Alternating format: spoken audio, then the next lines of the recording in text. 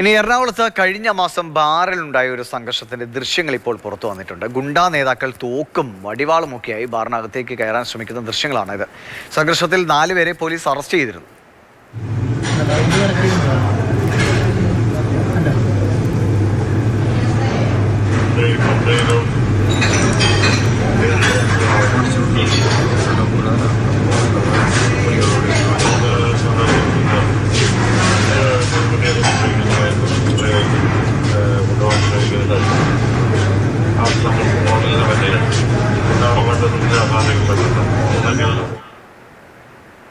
തോക്ക് പുറകിൽ തിരികി ബാറിലേക്ക് കയറുന്നതാണ്. വിഷ്ണുപ്രകാശിന്റെ വിവരങ്ങളുമായി കൊച്ചിയിൽ നിന്ന്. വിഷ്ണു, ഈ ദൃശ്യങ്ങളിലുള്ളവരെല്ലാം പിടിയിലായിട്ടുള്ളവരാണോ അതോ ഇനിയും കണ്ടെത്താനുള്ളവരാണോ? എന്തായിരുന്നു സംഭവം?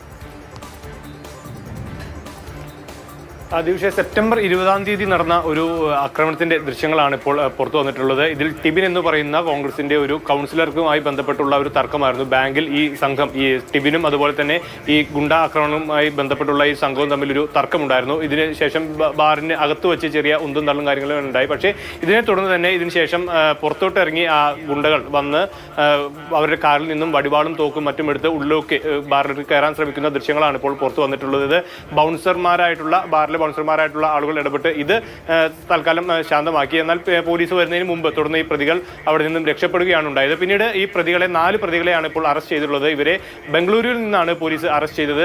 സ്റ്റെബിൻ സ്റ്റീഫൻ, ബേസിൽ, ഷബീർ അലി, ആര്യൻ എന്നു പേരുള്ള 4 പേരാണ് ഇപ്പോൾ അറസ്റ്റിലായിട്ടുള്ളത്. ഈ ടിബിന്റെ സഹോദരനുമായി ബന്ധപ്പെട്ട ഒരു തർക്കമാണ് ഈ ഒരു സംഘർഷത്തിന് കാരണം എന്നുള്ളതാണ് മനസ്സിലാകുന്നത്. ഈ മരട് അനീഷിന്റെ ഗ്യാങ്ങിൽ പെട്ട ആളുകളാണ് ഈ ആക്രമണം നടത്തിയത് എന്നുള്ളൊരു വിവരം ലഭിക്കുന്നുണ്ട്. ഏതായാലും പോലീസ് ഇപ്പോൾ ഇത് വിശദമായി തന്നെ അന്വേഷിക്കുന്നുണ്ട്. അതിന്റെ അന്വേഷണം നടന്നു വരികയാണിത്. ഇതിനു മുമ്പും ഇത്തരത്തിൽ ഇത്തരത്തിൽ ബാറിലുള്ള നിരവധിയായിട്ടുള്ള ആക്രമണങ്ങൾ ഉണ്ടാകുന്നുണ്ട്. അപ്പോൾ അതിന്റെ പേരിൽ ഇതിന് മുൻപ് വൈരാഗ്യങ്ങളും അതുപോലെ എന്താണ് ഇതിന്റെ യഥാർത്ഥ കാരണം എന്നുള്ളത് അടക്കമുള്ള കാര്യത്തിൽ പോലീസ് ഇപ്പോൾ അന്വേഷണം നടത്തി വരികയാണ്.